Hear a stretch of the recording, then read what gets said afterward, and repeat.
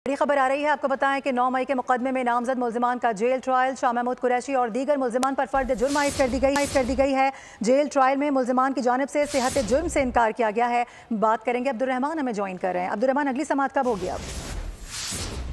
जी बिल्कुल, इंसदाद दहशतगर्दी लाहौर की खसूसी अदालत ने 9 मई के मुकदमा में नामजद मुल्जिमान का जेल ट्रायल करते हुए शाह महमूद कुरैशी समेत दीगर मुल्जिमान पर 9 मई गिराव के मुकदमे में फर्द जुर्म आयद कर दी है, जबकि अदालत ने शरीक मुल्जिमान डॉक्टर यास्मीन राशिद, सनम जवेद समेत दीगर मुल्जिमान पर भी फर्द जुर्म आयद की। जेल ट्रायल में मुल्जिमान ने सेहत जुर्म से इनकार किया।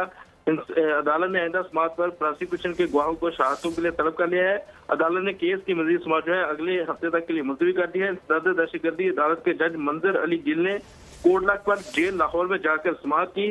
मुल्जिमान के खिलाफ थाना शादमान पुलिस ने 9 मई का मुकदमा दर्ज कर रखा है। जी ठीक है, बहुत शुक्रिया आपका अब्दुर्रहमान। सब्सक्राइब करें और बेल दबाएं ताकि कोई खबर रह न जाए।